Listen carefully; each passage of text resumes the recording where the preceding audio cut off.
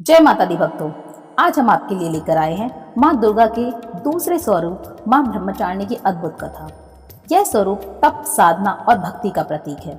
माँ ब्रह्मचारिणी की पूजा नवरात्रि के दूसरे दिन की जाती है और उनकी आराधना से साधक को अपार शक्ति और दृढ़ संकल्प की प्राप्ति होती है।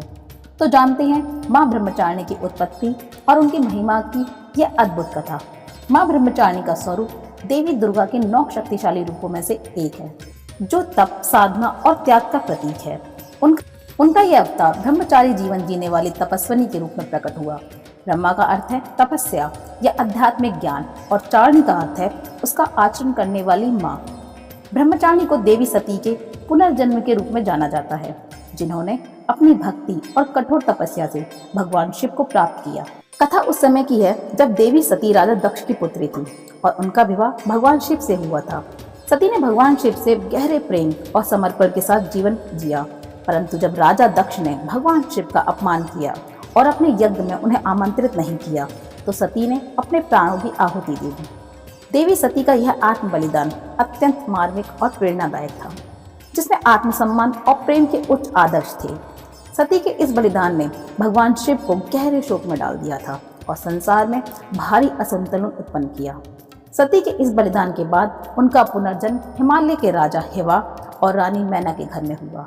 इस बार सती का अवतार हुआ है माँ पार्वती के रूप में। हिमालय के राजा ने और रानी ने अपनी पुत्री का नाम पार्वती रखा, जिसका अर्थ है पर्वत की बेटी। माँ पार्वती का जन्म अलौकिक उद्देश्यों के साथ हुआ था और यह स्पष्ट था कि उनके जीवन का मुख्य उद्देश्य भगवान शिव से पुनः मिलन था। माता पार्वती का यह जन्म उन्हें देवी सती के जीवन की अधूरी यात्रा को पूर्ण करने के लिए हुआ था। माँ ब्रह्मचारिणी का तप और साधना केवल उनके लक्ष्य को प्राप्त करने के लिए दिशा में एक माध्यम नहीं था, बल्कि यह आत्मसमर्पण और भक्ति का एक अद्वितीय मिसाल थी। उन्होंने जब भगवान शिव को पाने का संकल्प लिया तो वे पूरे आत्मविश्वास और धैर्य के साथ तपस्या के मार्ग पर अग्रसर हो गई।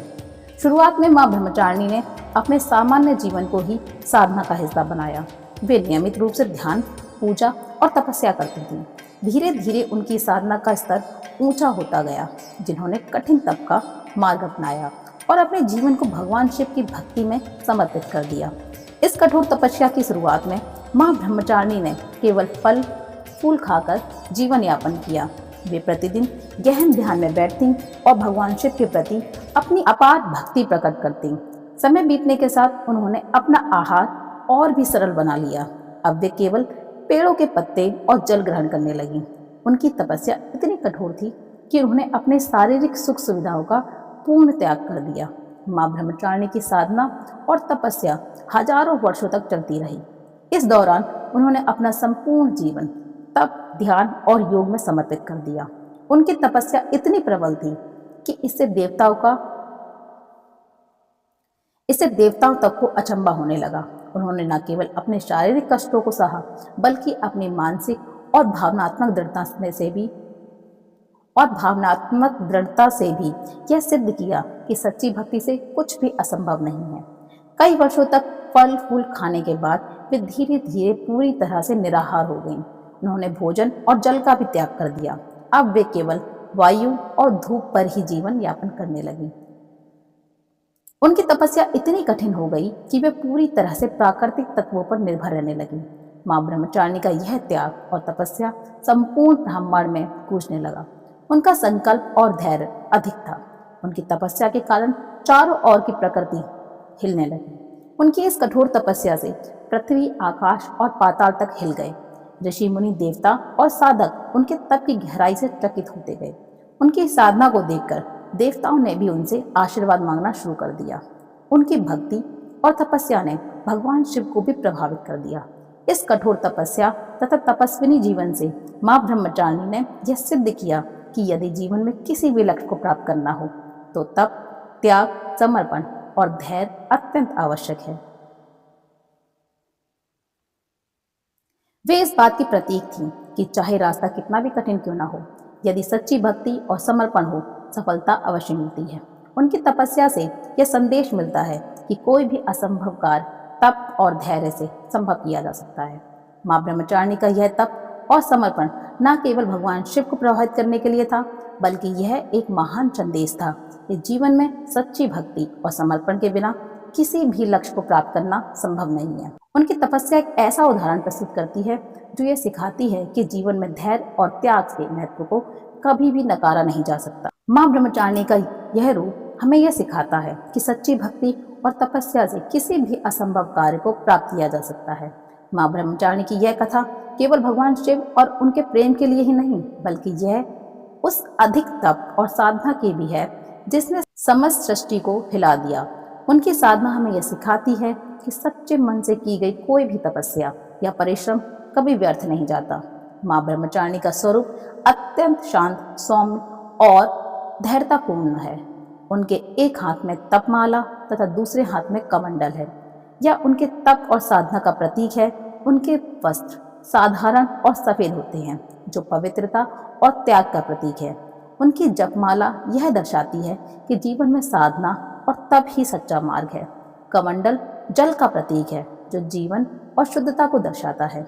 माँ ब्रह्मचारिणी का यह स्वरूप हमें संयम और त्याग के महत्व को सिखाता है। माँ ब्रह्मचारिणी की महिमा यह है कि उनकी आराधना करने से भक्तों को धैर्य, साहस और संयम की प्राप्ति होती है।